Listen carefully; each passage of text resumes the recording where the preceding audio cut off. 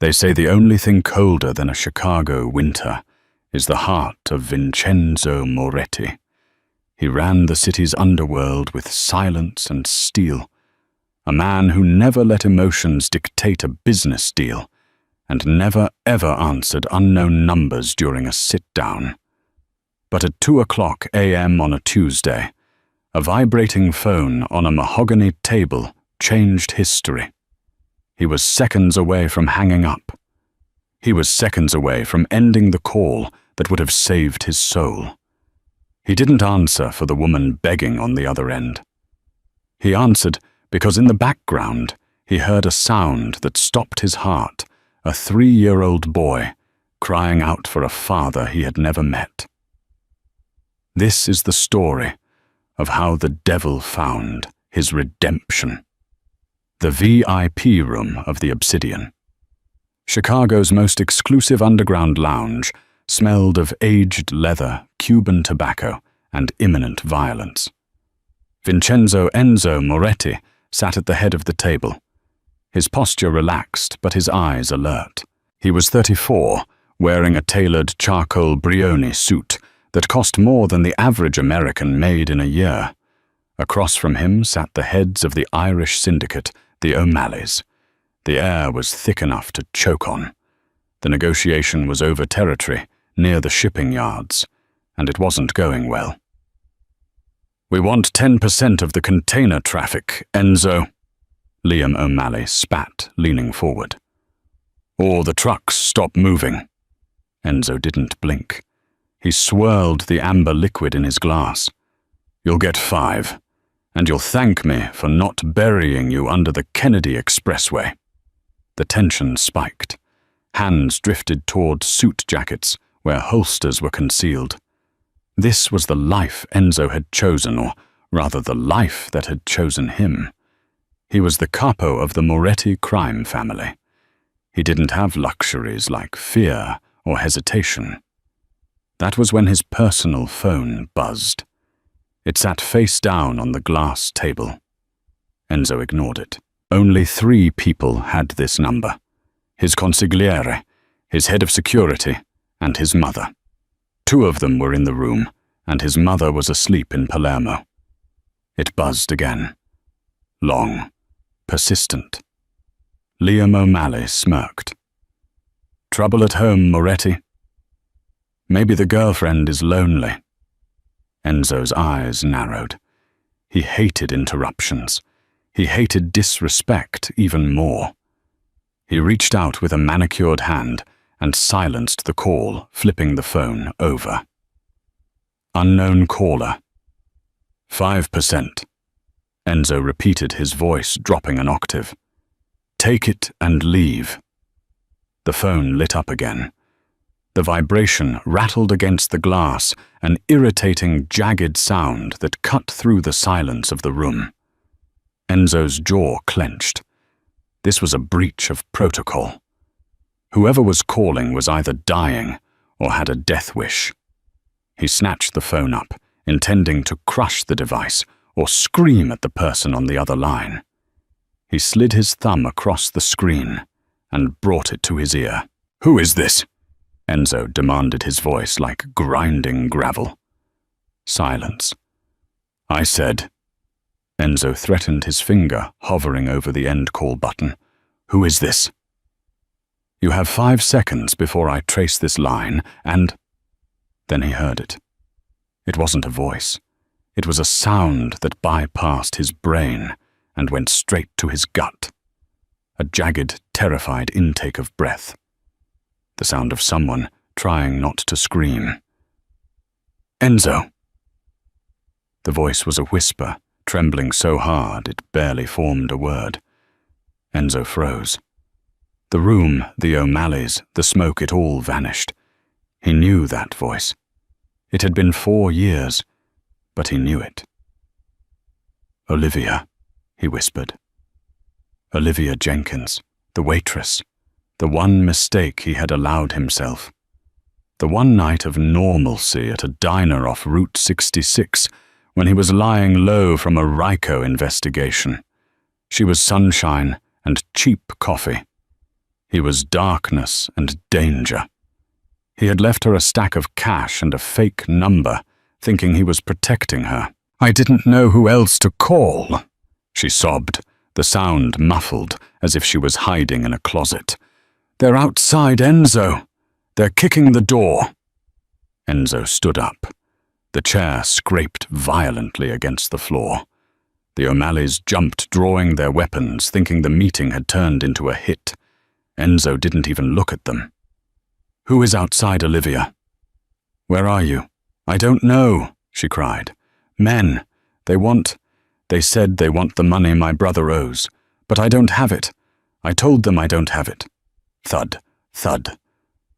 Enzo could hear the wood splintering through the phone line. "Rocco," Enzo barked at his head of security. "Trace this call. Now." "Enzo, please," Olivia begged. "I'm scared. I hid him, but if they find us—" Enzo felt the blood drain from his face. "Hid who Olivia hid? Who?" On the other end of the line, the background noise shifted. The door gave way with a sickening crash. Glass shattered. Heavy boots stomped on floorboards. And then the sound that changed Vincenzo Moretti's life forever. A high-pitched, terrifying wail pierced the static. "Mommy! Mommy!" It was a boy, a toddler. Enzo stood paralyzed. The math hit him like a physical blow. 4 years ago, a one-night stand. A boy who sounded exactly like the terrifying vulnerability Enzo had buried deep inside himself. "Get away from him!" Olivia screamed on the line. There was a scuffle. The phone clattered to the floor, but the line stayed open. "Well, well," a gritty, unfamiliar voice sneered through the speaker. "Look at this little guy. Got your eyes, sweetheart." "Don't touch him," Olivia shrieked. Enzo gripped the phone so hard, the screen cracked under his thumb. He turned to the O'Malleys, his eyes burning with a demoniac fury that made the hardened Irish gangsters step back. "Meeting over," Enzo growled. He looked at Rocco, who was holding a tablet, his face pale. "I have the location, boss. North side. Tenement building on Wacker. 17 minutes out." "We make it in 10, Enzo said, walking toward the exit. "Kill anyone who gets in my way." The convoy of 3 black armored SUVs tore down Michigan Avenue like a black tear running down the face of the city. Rain had turned to sleet lashing against the windshields, but Enzo didn't feel the cold. He felt a fire in his chest that was consuming him alive. He sat in the back of the lead vehicle, the phone still pressed to his ear on speaker. The line was chaotic. He could hear Olivia begging. He could hear the heavy thuds of furniture being overturned. He could hear the boy, his son, crying in a way that made Enzo want to burn the entire world to ash. "Rocco, give me the name on the building," or Enzo ordered, loading a fresh magazine into his custom Sig Sauer P226. "Building is owned by a shell company, but the turf belongs to the 12th Street Kings. Low-level pushers. Loan sharks," Rocco said from the front seat, steering the massive SUV through a red light, forcing a taxi to swerve into a hydrant. "Amateurs," Enzo spat. "Who is the brother?" "Olivia's brother is Mikey Jenkins. Gambling addict, owes 40 grand to a guy named Mick the Hammer Swanson. Real piece of work. Likes to hurt women to collect debts." Enzo stared out the window at the blurring city lights. 40 grand. He had tipped waiters more than that for a good wedding reception. Olivia was about to die, and his son was about to be orphaned. Over 40 grand. "Drive faster," Enzo said quietly. On the phone, the situation was deteriorating. "Please," Olivia's voice came through, choked with tears. "Take the TV, take my tips. Just let us go." "The TV." "The man." Mick laughed. It was a wet, ugly sound.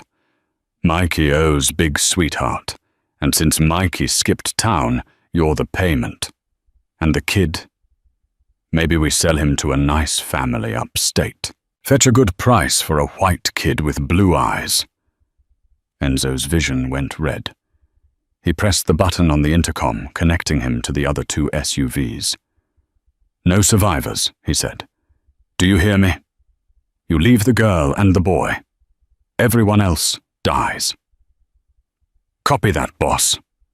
The convoy screeched to a halt in front of a dilapidated brick apartment complex on the north side. The street lights were broken. Graffiti covered the walls. It was a place where hope went to die. Enzo didn't wait for Rocco to open the door. He kicked it open and stepped out into the freezing sleet. His Italian leather shoes splashed into a puddle of oil and mud. He didn't care. He raised his gun. "4th floor!" Rocco shouted, pointing to a shattered window. Enzo moved with the lethal grace of a predator. He didn't run. He flowed. He took the stairs 3 at a time, his security team flanking him like a phalanx of Spartans. They passed terrified neighbors peeking out of chained doors. They ignored them. They reached apartment 4B. The door was hanging off its hinges. Enzo didn't announce himself. He didn't bargain. He stepped into the doorway, his silhouette framed by the dim hallway light. The scene inside was a nightmare. The apartment was tiny, cluttered with toys and cheap furniture. Olivia was on her knees, her waitress uniform torn at the shoulder, clutching a small boy to her chest. A large man with a shaved head and a neck tattoo, Mick, was standing over them, holding a baseball bat.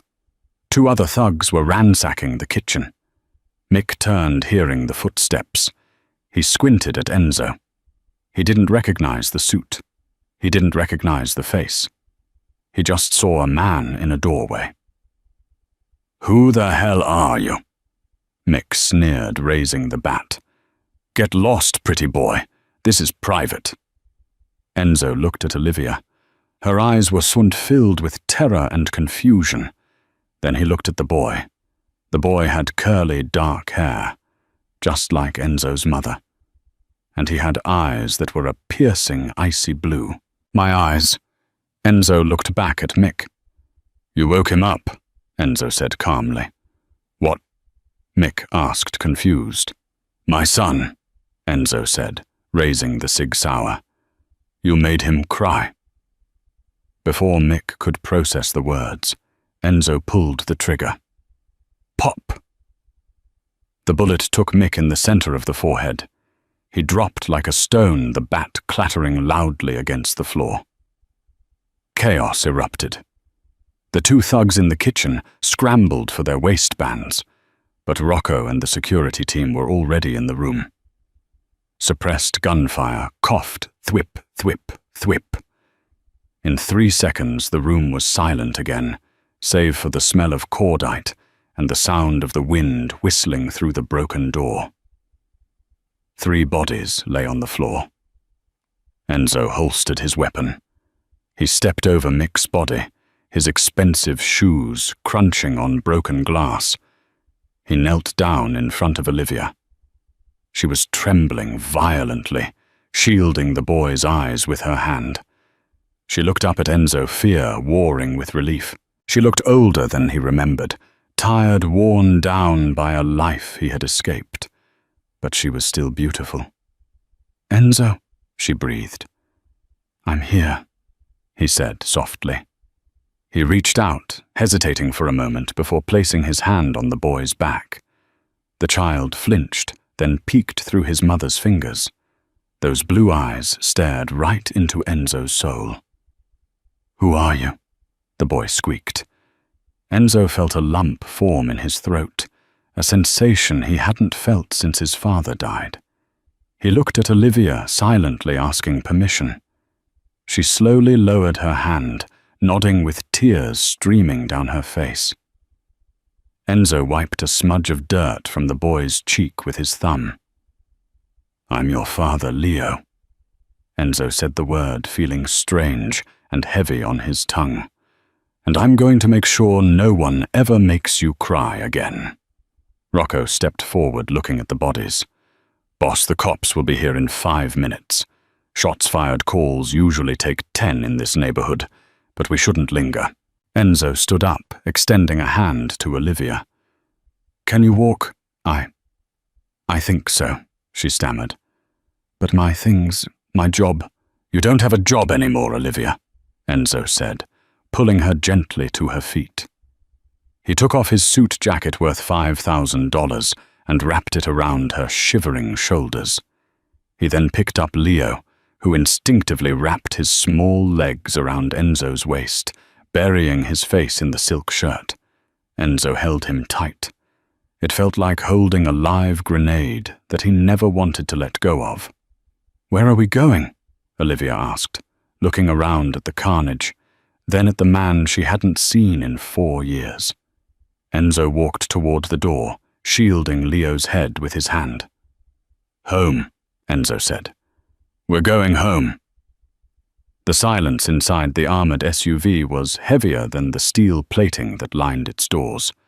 Outside Chicago was a blur of sleet and neon, a city that never slept but always looked away when necessary. Inside, the only sound was the hum of the climate control and the soft, rhythmic breathing of Leo, who had passed out from exhaustion against Enzo's chest. Olivia sat on the opposite bench seat, pressed against the leather door. She still had Enzo's suit jacket draped over her shoulders. It smelled of sandalwood gunpowder and a cologne so expensive it made her head spin. She stared at the man, holding her son. Vincenzo Moretti. 4 years ago, he had been Enzo, a quiet, brooding man in a leather jacket who tipped with $100 bills and listened to her talk about her dreams of opening a bakery. He had been a mystery, a dangerous thrill. Now, seeing him in this car flanked by men with earpieces and concealed weapons, the mystery was gone. The reality was terrifying.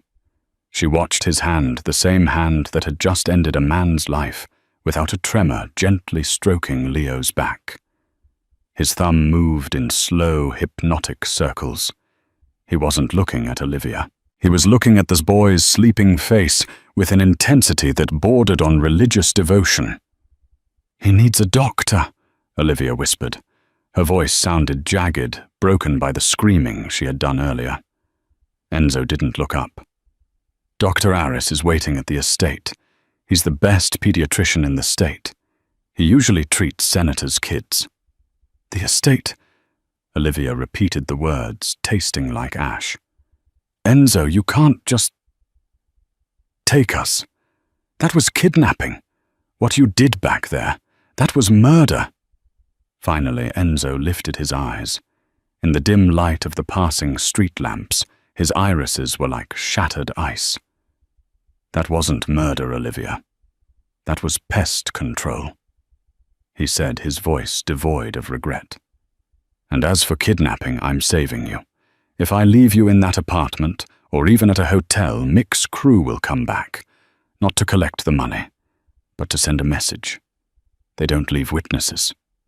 Olivia hugged herself, pulling his jacket tighter. She knew he was right, and that terrified her more than the gun. "My brother, Mikey, he didn't know they would come for us." "Your brother is a junkie and a coward," Enzo said coldly. "He traded your safety for a week of high. If I find him before the wolves do, consider it a miracle." The car began to slow. They had left the city grid and were winding up a private road along the north shore where the trees were old and the gates were high. "Where are we?" Olivia asked, wiping a smudge of dirt from her cheek. "My home," Enzo said. The vehicle turned through massive wrought-iron gates that swung open automatically. They drove up a long, winding driveway, lined with statues and manicured hedges that looked black in the night. At the end of the drive stood a mansion that looked more like a fortress. It was built of grey stone, imposing and cold, with security cameras blinking red from every cornice. The SUV stopped. Rocco opened the door, holding a large black umbrella against the sleet. "I'll take him," Olivia said, reaching for Leo. Her maternal instinct screamed at her to get her son away from this man, away from the blood she knew was on his hands. Enzo pulled back slightly. His grip on the boy tightened. For a second, a dark possessiveness flashed in his eyes. He didn't want to let go. He had just found the one thing in the world that was purely his, and his instinct was to hoard it. "He's heavy," Enzo said, his voice tight. "He's my son." Olivia countered, her voice trembling but firm. She held his gaze. "Give him to me, Enzo." A silent war passed between them. Rocco looked away, uncomfortable. Finally, Enzo exhaled a sharp hiss of air through his nose. He gently transferred the sleeping weight of the toddler into Olivia's arms. The transfer was awkward. Their hands brushed. His skin was burning hot. Hers was freezing. A spark of electricity, the same one that had drawn them together 4 years ago, zipped through them. Enzo pulled his hand back as if burned. "Inside," he ordered, stepping out into the rain. "Mrs. Gable is waiting." They walked into a foyer that was larger than Olivia's entire apartment building. The floor was checkered marble, black and white, polished to a mirror shine. A massive crystal chandelier hung overhead, though it was dimmed to a low golden glow. Standing by the grand staircase was a woman in her 60s, wearing a severe black dress and a white apron. Her hair was pulled back into a tight bun, her face a map of stern lines. This was Mrs. Gable, the housekeeper who had raised Enzo when his own mother couldn't. "Enzo!" Mrs. Gable said, her eyes darting to the blood speckled on his white dress shirt. She didn't flinch. She was used to this. Then her eyes moved to Olivia, and finally to the boy in her arms. Her expression softened just a fraction. The shock was evident. She saw the resemblance immediately. The Moretti curl. The brow. "Is this—" Mrs. Gable started, her voice losing its professional edge. "Get a room ready in the east wing. The nursery suite," Enzo commanded, checking his watch. "And tell Dr. Aris to come up immediately. I want him checked for bruises, dehydration, everything." "The east wing is dusty, sir. It hasn't been used since—" Mrs. Gable hesitated. "Then clean it," Enzo snapped. He turned to Olivia. "Go with her. Give her the boy. You need a bath and clean her clothes. You smell like that tenement." It was a cruel thing to say, but Enzo used cruelty like a shield. If he was soft, he couldn't think. And he needed to think. Olivia looked at him, hurt, flashing in her eyes. "I'm not leaving him alone." "He will be 10 feet away from you," Enzo said, turning his back on them to walk toward his study. "Rocco with me. We have a war to plan." Olivia stood there, shivering in the marble hall, clutching her sleeping son, realizing she had traded a cage of poverty for a cage of gold. And the owner of the cage was a man she still, God help her, loved. The bathwater was hot, infused with lavender and eucalyptus salts that Mrs. Gable had insisted would soothe the nerves. The bathroom itself was a masterpiece of Italian design. White marble, gold fixtures and towels, so thick they felt like blankets. Olivia sat on the edge of the massive tub, wrapped in a plush white robe. She hadn't gotten in the water yet. She was just staring at the steam rising her hands, shaking uncontrollably in her lap. The adrenaline was fading, leaving behind a hollow, aching exhaustion. Next door, through the connecting door, which she had insisted remain wide open, Leo was sleeping in a crib that looked like an antique. Dr. Arris, a kind elderly man with cold hands, had examined him. "He's fine," the doctor had said. "Just tired and malnourished. A few days of good food and rest."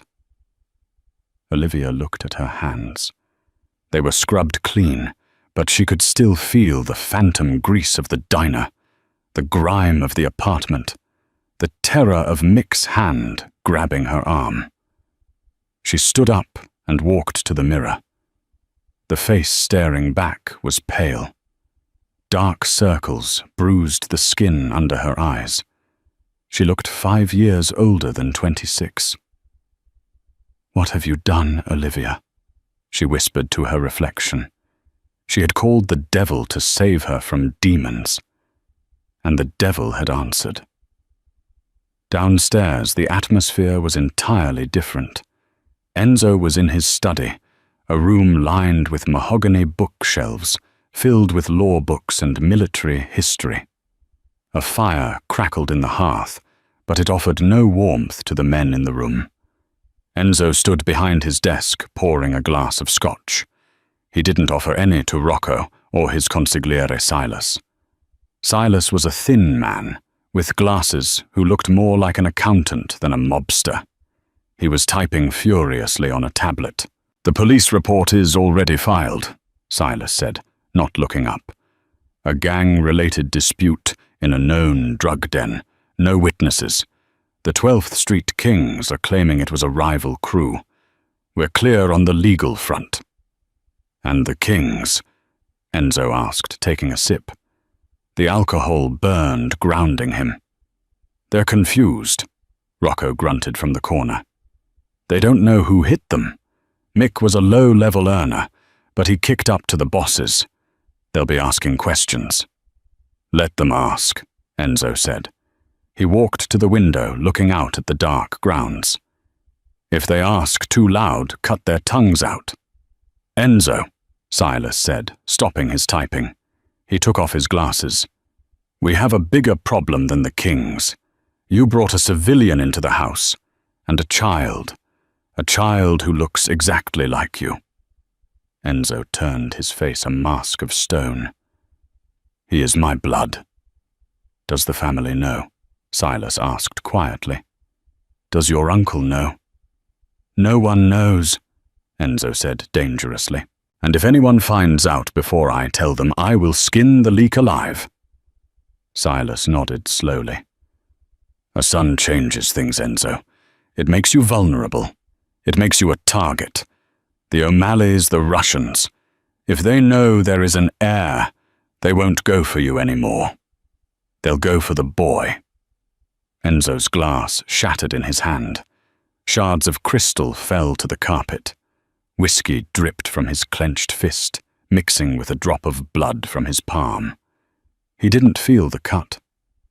The image Silas had painted someone touching Leo sent a black rage coursing through his veins. "Then we lock this city down," Enzo whispered. "Double the guard rotation. I want a team on the perimeter 24/7. Background checks on all staff again.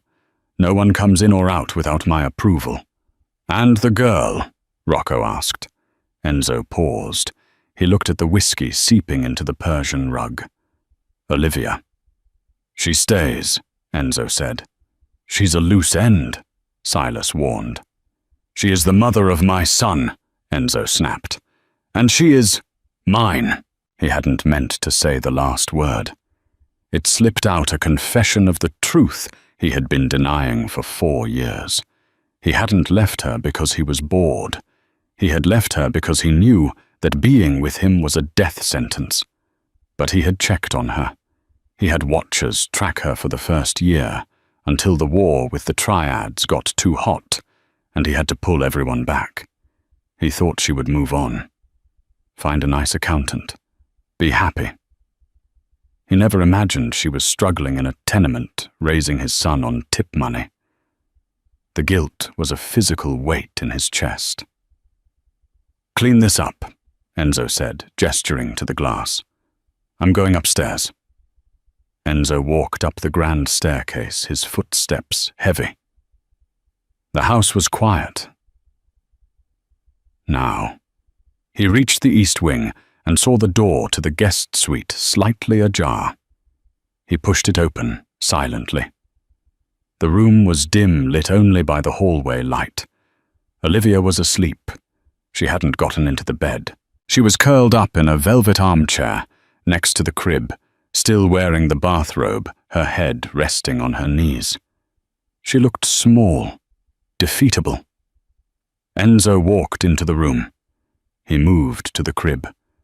Leo was sleeping on his back, his arms thrown out wide. He looked peaceful, safe. Enzo reached out, hovering his hand over the boy's chest, feeling the warmth of his life. My son. It was terrifying. He was a man who dealt in death, and here lay a life he was responsible for. He turned his attention to Olivia. Her breathing was shallow. He knelt down beside the chair. Up close, he could see the dark circles, the roughness of her hands. Hands that had scrubbed tables and counted change while he was buying politicians and ordering hits.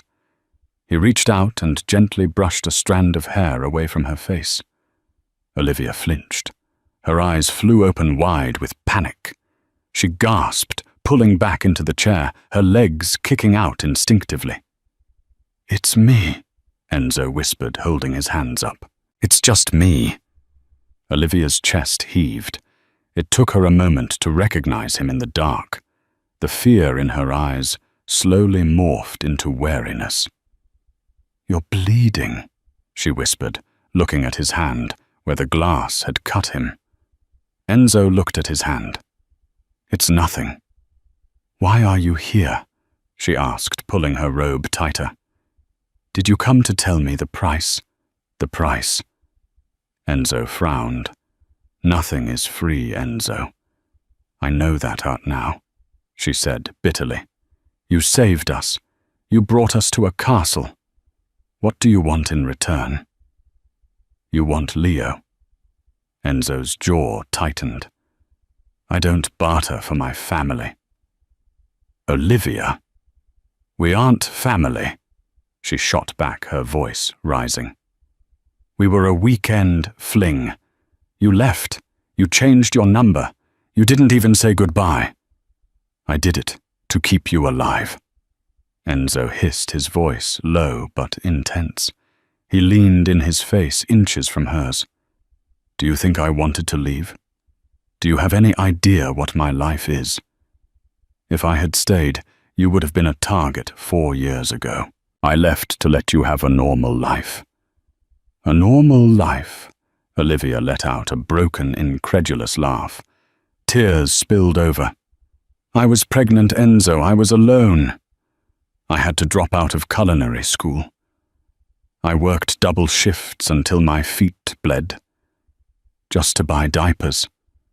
I had to hide from my brother's loan sharks. That is the normal life you gave me." Her words hit him like bullets. Each one pierced his armor. He hadn't known. He had assumed she was better off without him. He looked at her, really looked at her. He saw the steel beneath the exhaustion. She had survived. She had protected his son when he wasn't there. Enzo reached out. Olivia flinched again, but this time he didn't stop. He took her face in his hands. His palms were rough, dangerous, but his touch was incredibly gentle. "I didn't know," he said, his voice dropping to a rumble. "I swear on my mother's grave, Olivia. I didn't know." Olivia trembled in his grasp. She wanted to push him away. She wanted to scream, but the heat of his hands, the scent of him. It woke up a part of her she thought had died in that diner 4 years ago. "You know now," she whispered. "Yes," Enzo said. He ran his thumb over her cheekbone. "And I am never leaving you again." You are staying here. Both of you." "I can't raise him in this," Olivia said, gesturing to the dark house. "I saw the guns, Enzo. I saw what you did to those men." "The world is full of wolves, Olivia," Enzo said grimly. "You can either be a sheep, or you can live with the wolf who knows how to kill them. I am offering you the pack." He stood up, towering over her, the tenderness masked by his usual mask of command. "Get some sleep. Tomorrow we have to talk about your brother. And tomorrow," he looked at the crib, "tomorrow I have to learn how to be a father." He turned and walked to the door. "Enzo," Olivia called out softly. He stopped his hand on the frame. "Thank you," she said. It was reluctant but sincere. "For coming." Enzo didn't look back. "I always answer the call, Olivia. Eventually." He closed the door, leaving her in the darkness, but for the first time in 4 years, she didn't feel entirely alone. She felt something more dangerous than loneliness. She felt hope. And in Enzo Moretti's world, hope was the most dangerous thing of all. Mourning in the Moretti estate did not break. It invaded. Olivia woke to the sound of silence. In her old life, mourning was the sound of garbage trucks on Wacker Drive, the screaming of the couple next door, and the incessant beep of her alarm clock, reminding her she had a double shift at the diner. Here the silence was heavy, insulated by stone walls and velvet drapes. She sat up in the massive 4-poster bed. The sheets were Egyptian cotton cool against her skin. For a second, a fleeting, treacherous second, she felt safe. Then the memory of the previous night, the gunshots, the blood on Enzo's hand. The look in his eyes crashed back into her mind. She scrambled out of bed, her bare feet sinking into the plush carpet. She rushed to the connecting door. The nursery was empty. Panic, cold and sharp, seized her chest. "Leo!" she gasped, stumbling into the room. The antique crib was made up perfectly, as if no one had slept there. "Leo!" She ran into the hallway. It was empty, a long corridor of portraits of dead men who looked suspiciously like Enzo. She ran down the grand staircase, her breath hitching in her throat. Had he taken him? Had he sold him like that monster Mick had threatened to do? She reached the bottom of the stairs and followed the smell of coffee and pancakes. She skidded into the dining room and froze. The room was vast, dominated by a table long enough to seat 20 men. But at the very end, near the head of the table, sat a high chair.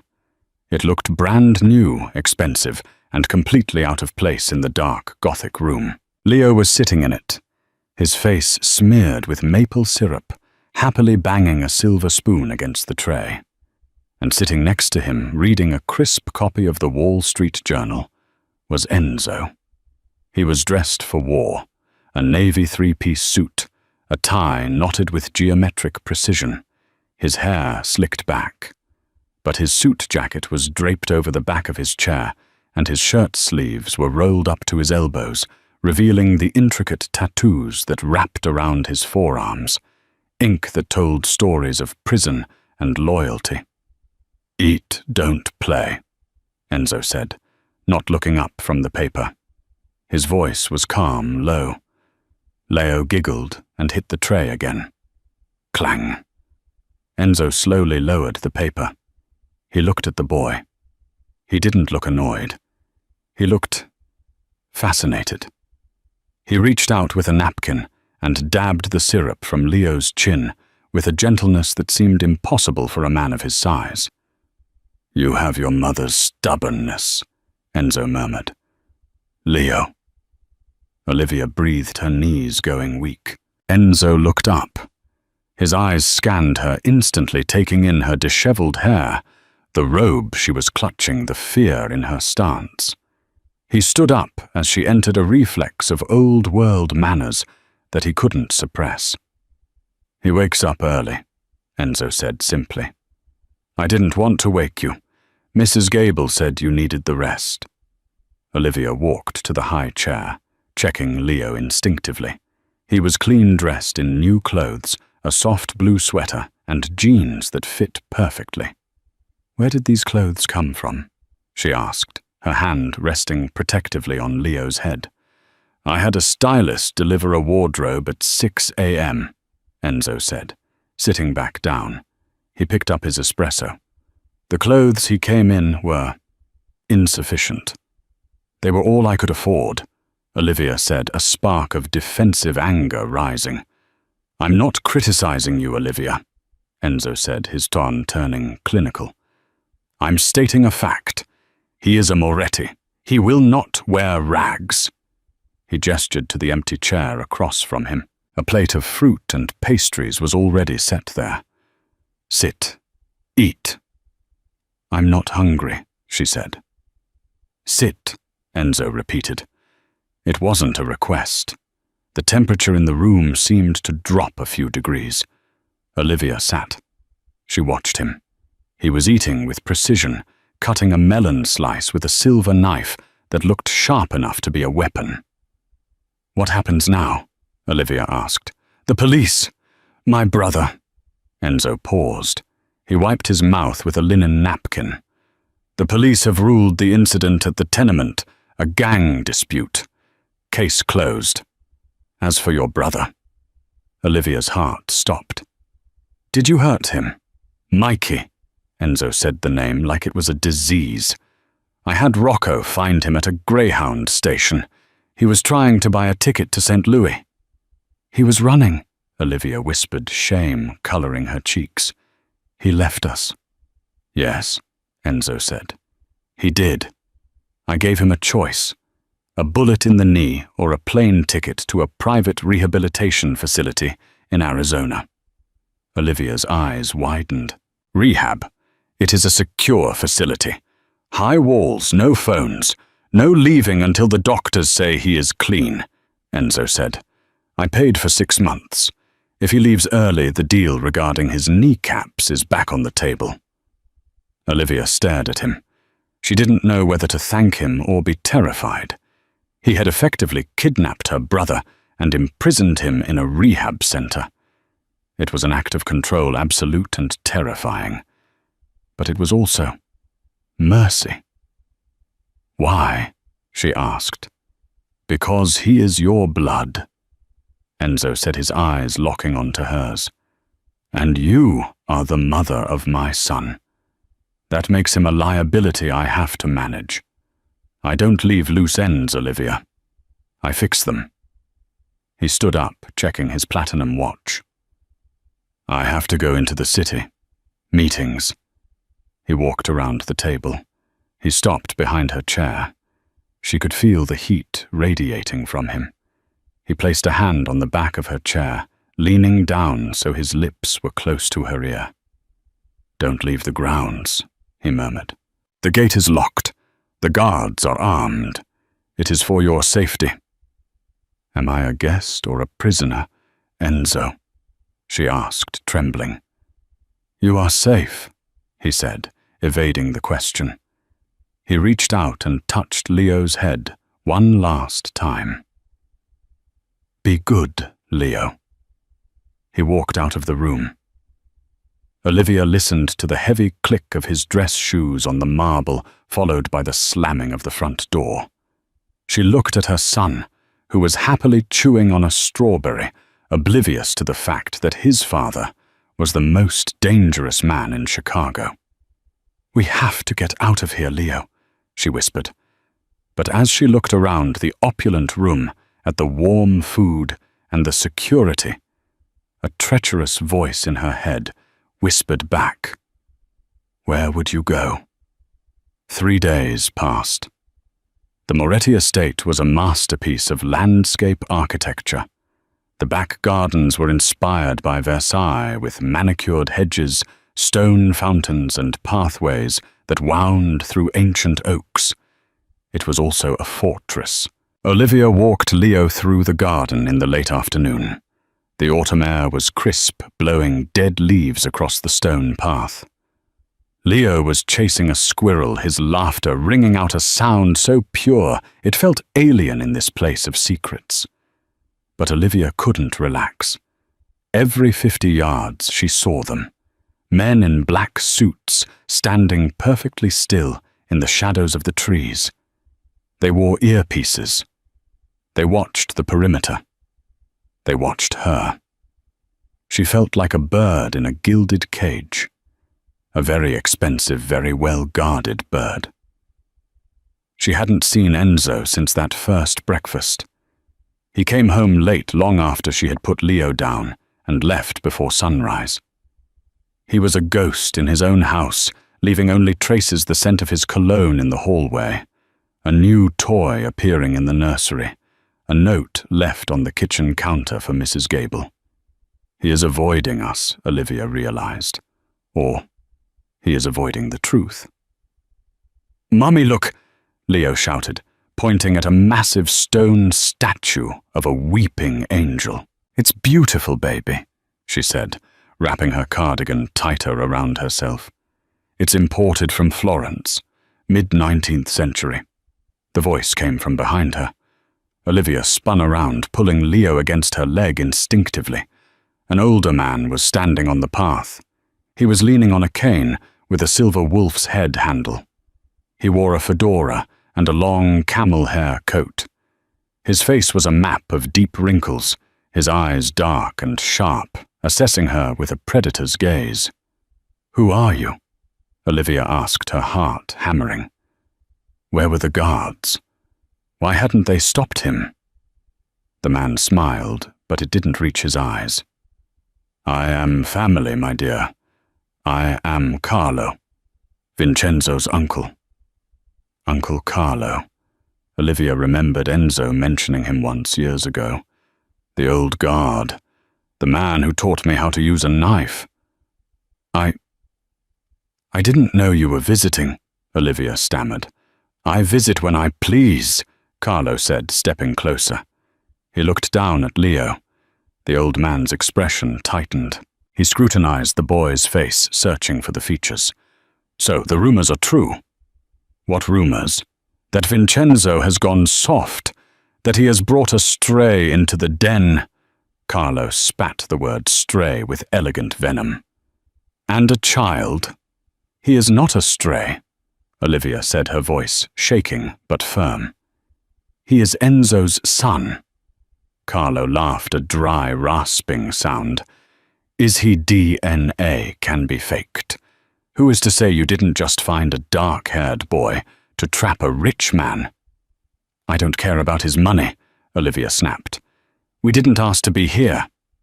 "And yet here you are," Carlo said, moving closer, invading her space.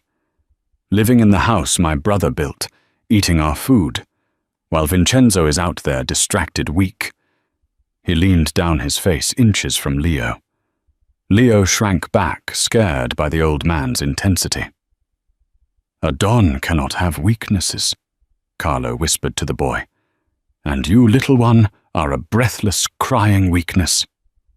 "Get away from him," Olivia hissed. She grabbed Leo up into her arms. "Or what?" Carlo challenged, straightening up. "You are nobody. A waitress. You think because Vincenzo bedded you once you are a queen. In this world, women like you are disposable. Touch her, and I will remove your hand, uncle." The voice was like a whip crack, sudden and violent. Enzo was striding across the lawn from the patio doors. He had discarded his jacket. His white shirt was unbuttoned at the collar, his sleeves rolled up. He looked furious. The guards in the periphery turned away, knowing better than to witness what was about to happen. "Vincenzo," Carlo said, smoothing his coat unbothered. "I was just welcoming your guests." "You were threatening them," Enzo growled, stopping between Olivia and his uncle. He acted as a human wall shielding them. I was testing them, Carlo corrected. The families are talking Enzo. The Russians are smelling blood. They hear you have a child. They think you are distracted. They think the chain of command is broken. The chain of command is iron, Enzo said, his voice dropping to a deadly whisper. And I am the one holding it. Then prove it, Carlo said coldly. Send them away. Hide them in Switzerland. Or better yet, cut ties. If the boy is yours, raise him as a man at a boarding school. But the woman, she is a distraction. Enzo took a step forward. He towered over the older man. You forget your place, old man. You are an advisor, not the boss. I'm trying to save you. You're to save your life, Carlo shouted, slamming his cane into the grass. If the O'Malleys find out she is here, they won't just kill her. They will use her to make you kneel, and a Moretti never kneels. Enzo didn't blink. If they touch her, I will burn their entire lineage to the ground. You are thinking with your heart, not your head, Carlo sneered. That is how your father died. Enzo's hand shot out. He grabbed Carlo by the lapels of his expensive coat and shoved him backward. The old man stumbled, gasping. Get out, Enzo snarled. Get off my property. If you come near them again without my permission, family or not, I will put you in the ground next to my father. Carlo straightened his coat, his dignity bruised but his eyes burning with a warning. You are making a mistake, Vincenzo. You are choosing a girl over the family. There will be consequences. Carlo turned and limped away toward the driveway, his cane sinking into the soft earth. Silence descended on the garden. The wind rustled the dead leaves. Enzo stood with his back to Olivia, his chest heaving. His hands were clenched into fists at his sides. Olivia was trembling, clutching Leo so tight he squirmed. She had seen violence before, but this was different. This was internal. This was family turning on family. Enzo, she whispered. He turned around. The rage in his eyes was terrifying, but as soon as he saw Leo's frightened face, he squeezed his eyes shut and exhaled, forcing the demon back into its cage. Are you all right? He asked, his voice rough. He said people are talking, that we are a danger to you, Olivia said. Is it true? Are we making you weak? Enzo looked at her. He stepped closer, closing the distance between them. He reached out and placed his large hand on the back of Leo's head and his other hand on Olivia's shoulder. His grip was firm, possessive. He is wrong, Enzo said intensely. You don't make me weak, Olivia. He looked down at her lips, then up to her eyes.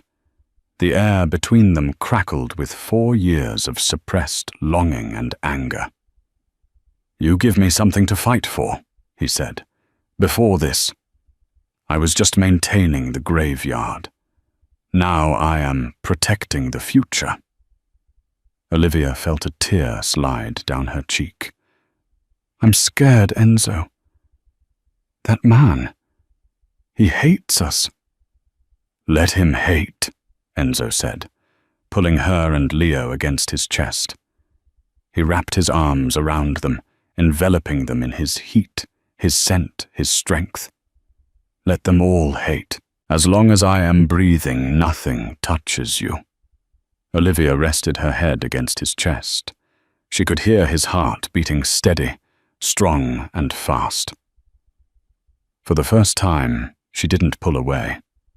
She realized that Uncle Carlo was right about one thing. The wolves were circling. But he was wrong about the other. She wasn't just a waitress anymore. She was the thing the wolf loved. And that made her the most dangerous piece on the board. Come inside, Enzo whispered into her hair. It's getting cold. As they walked back toward the fortress of stone, the shadows in the garden seemed to lengthen, stretching out like claws reaching for their heels. The library was dark, illuminated only by the dying embers in the fireplace and the glow of a single tablet on the desk. Enzo sat with his head in his hands. The whiskey glass next to him was untouched. He heard the door creak. He didn't reach for his gun. He knew the footsteps. They were too light to be an assassin, too hesitant to be Rocco. "You should be asleep," Enzo said, his voice gravelly with exhaustion. Olivia stepped into the circle of firelight. She was still wearing the clothes from the morning, her arms wrapped around herself. "I couldn't sleep. Every time I close my eyes, I hear the door breaking down." Enzo stood up and walked around the desk. He leaned against the edge, crossing his ankles. "That won't happen here. The walls are stone. The glass is bulletproof." "Walls don't stop people like your uncle," Olivia said softly. "He hates me, Enzo. He thinks I'm the crack in your armor." "Carlo is old. He fears change." Enzo dismissed, though his eyes darkened. "He's right, though," Olivia said, taking a step closer. The firelight danced in her eyes, turning them to liquid amber. "I am a weakness. If someone puts a gun to Leo's head, you'll do whatever they say. Won't you?" Enzo didn't hesitate. "Yes. I would burn the city to the ground." "Then we can't just hide," Olivia said. Her voice lost its tremble. A new steel entered her tone, the kind forged in poverty and desperation. "If I'm going to stay, if I'm going to be the mother of a Moretti, I can't be a victim waiting to be rescued. I need to know everything." Enzo looked at her, really looked at her. He saw the shift. The waitress was gone. The survivor remained. "You want to know everything?" Enzo asked quietly. "Everything," she confirmed. "Who sold us out? Who is coming for us?" Enzo reached for a folder on his desk and slid it toward her. "I didn't want you to see this tonight." Olivia opened the folder. It was a transcript of a phone call, a call made 2 days ago. "The girl is a liability. If the O'Malleys take her, Vincenzo will be broken." Then, leadership changes. The caller ID was listed at the top. Carlo Moretti. Olivia gasped, her hand flying to her mouth. "Your own blood. He thinks I'm too young." Enzo said, his face a mask of cold fury. "He thinks having a family makes me soft. He conspired with the O'Malleys to reveal your location. He wanted you taken so he could force me to step down to save you." "He set us up," Olivia whispered. Anger replaced the fear. "He put Leo in danger." "And for that," Enzo said, pushing off the desk and standing to his full height, "he will pay the ultimate price. Tonight." He walked over to her. He reached into his pocket and pulled out a small velvet box. He opened it. Inside wasn't a ring, but a small silver pendant, shaped like a shield, engraved with the Moretti crest. "I can't offer you a normal life, Olivia," Enzo said, his voice thick with emotion. "I can't offer you safety in the suburbs. All I can offer you is my protection, my loyalty, and my power. Where this, and every man in this city, will know that to touch you is to invite death." He took the necklace and fastened it around her neck. The cool metal rested against her collarbone. It felt like a claim. It felt like a promise. Olivia looked up at him. She didn't pull away. She placed her hand on his chest over his heart. "Do what you have to do, Enzo," she whispered. "Protect our son." Enzo leaned down and kissed her. It wasn't gentle. It was a seal on a pact, a kiss that tasted of whiskey danger, and forever. The door opened. Rocco stood there, dressed in tactical gear, a grim expression on his face. "Boss," Rocco said, "the car is ready. We know where Carlo is meeting the Irish." Enzo pulled back from Olivia. His eyes were no longer the eyes of a father or a lover. They were the eyes of the capo. "Stay with Leo," Enzo commanded. "Lock the door." "Come back to us," Olivia said. Enzo adjusted his cuffs, walked to the door, and paused. He looked back at her, the waitress who had become a queen in the span of 3 days. "I always answer the call," he said. He walked out into the darkness to secure their future in blood. And that is where we end the first saga of Enzo and Olivia. From a forgotten phone call to a declaration of war, the waitress and the Don have finally chosen their path. Olivia has accepted the necklace, and Enzo has accepted the war. But the story isn't over. Uncle Carlo is still out there, and the O'Malleys are waiting. What do you think Enzo will do when he finds his uncle? Will he show mercy for the sake of blood? Or will he eliminate the threat to his son? And is Olivia truly ready to be a Mafia queen, or will the violence break her? If this story kept you on the edge of your seat, please destroy that.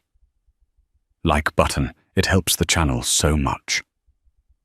Make sure to subscribe and hit the bell icon, so you're the first to know when Part 8 drops, because believe me, the war has only just begun. Thanks for listening, and stay safe out there.